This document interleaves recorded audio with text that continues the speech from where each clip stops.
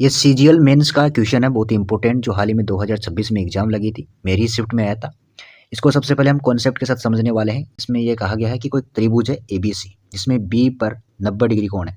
AB की value 6 है, BC की वैल्यू 8 है।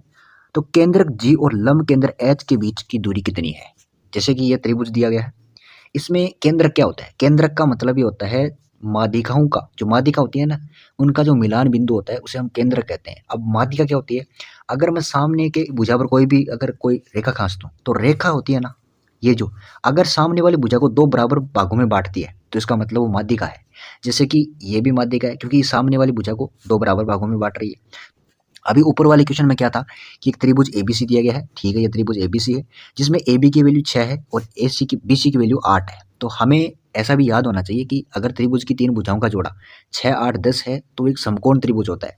ऐसा आपको याद करना है, जैसे कि 3, 4, 5 ये समकोण त्रिभुज का जोड़ा है। इसी प्रकार 12, 35, 37 कुछ इंपॉर्टेंट जोड़े हैं जो आपको याद करने हैं। इसी प्रकार एक 6, 8, 10 होता है।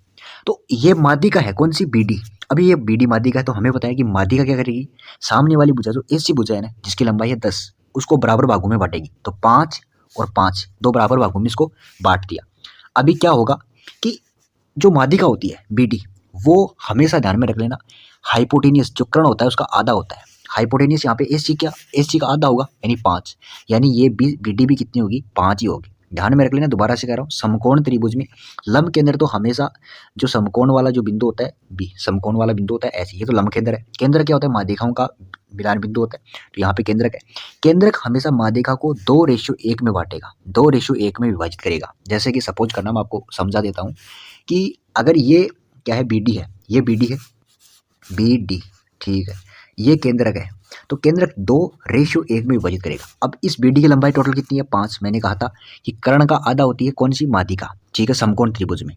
अभी यहाँ पे क्या होगा कि अगर देखो टोटल कितना हो गया रेशियो का, में 3, 3 रेशियो की वैल्यू कितनी दी गई है? 5। कितनी है? 5। ये देखिए 5 दी गई है। 3 रेशियो की वैल्यू 2 और 1 3। तो यहाँ से हमें 1 रेशियो की वैल्यू निकालनी है, 1 बराबर 5/3। अब यहाँ पे क्या कहा गया है कि एक तो लंब केंद्र ये रहा और एक कौन सा, अभी मैं आपको इससे समझा देता हूँ।